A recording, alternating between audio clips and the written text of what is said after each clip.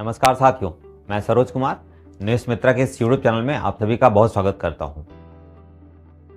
2011 में एक बहुत ब्रेकिंग न्यूज़ आई थी जिसमें एक प्रॉपर्टी की डील हुई थी। बहुत ही कॉस्टलीस्ट डील थी। डील क्या था?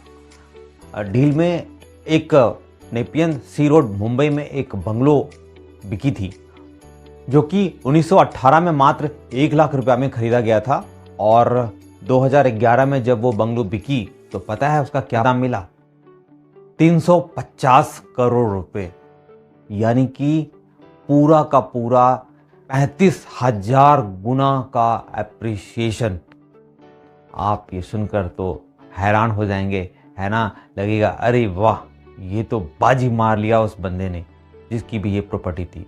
लेकिन जब उसका एनुअल रिटर्न्स आप निकालेंगे, एक सिंपल कैलकुलेशन आप कर सकते हैं, तो उसका रिटर्न एनुअल ग्रोथ के टर्म्स में आएगा मात्र 11.90%, यानी 12% की दर से उस प्रॉपर्टी में एप्रिसिएशन हुआ उस 93 साल में।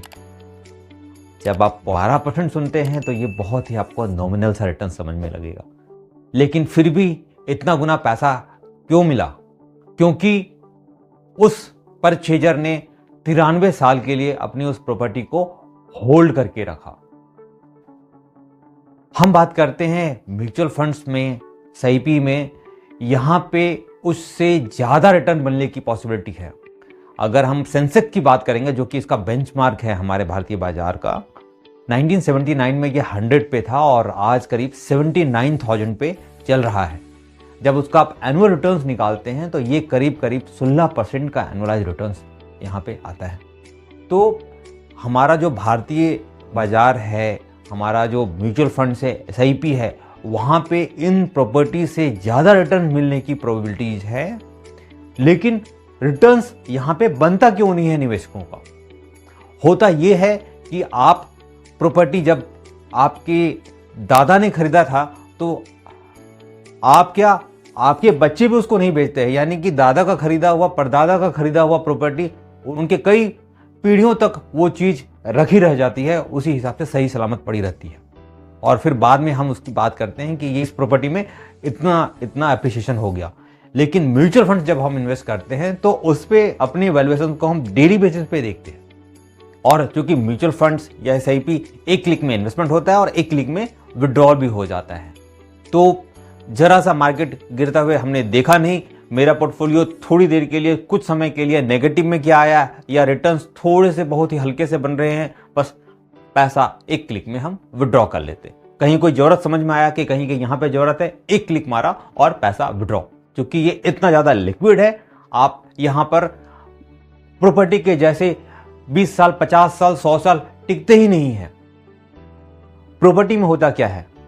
क्योंकि वो लिक्विड है, अगर आप आज खरीद के, और मैं बोलता हूं कि 1 करोड़ की प्रॉपर्टी कल 2 करोड़ में बिकने वाली होगी, तो भी शायद आप उसको तुरंत के तुरंत नहीं बेच पाएंगे। आपको कोई प्रॉपर्टी को, किसी को जब जरूरत पड़ जाए कि मुझे कोई प्रॉपर्टी मुझे बेचनी है, मुझे कुछ पैसे की जरूरत है, उसको सही खरीदार और सही दाम मिलने में महीनों क्या सालों लग जाते हैं।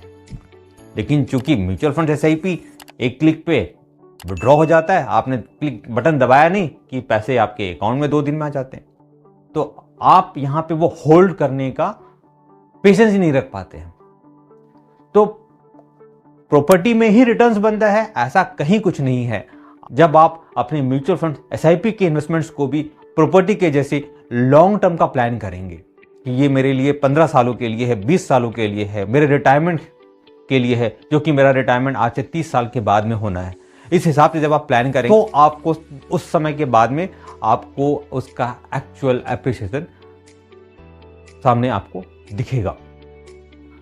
तो आशा है कि मेरा ये प्रयास, मेरा ये वीडियो आप सभी को पसंद आ रहा होगा।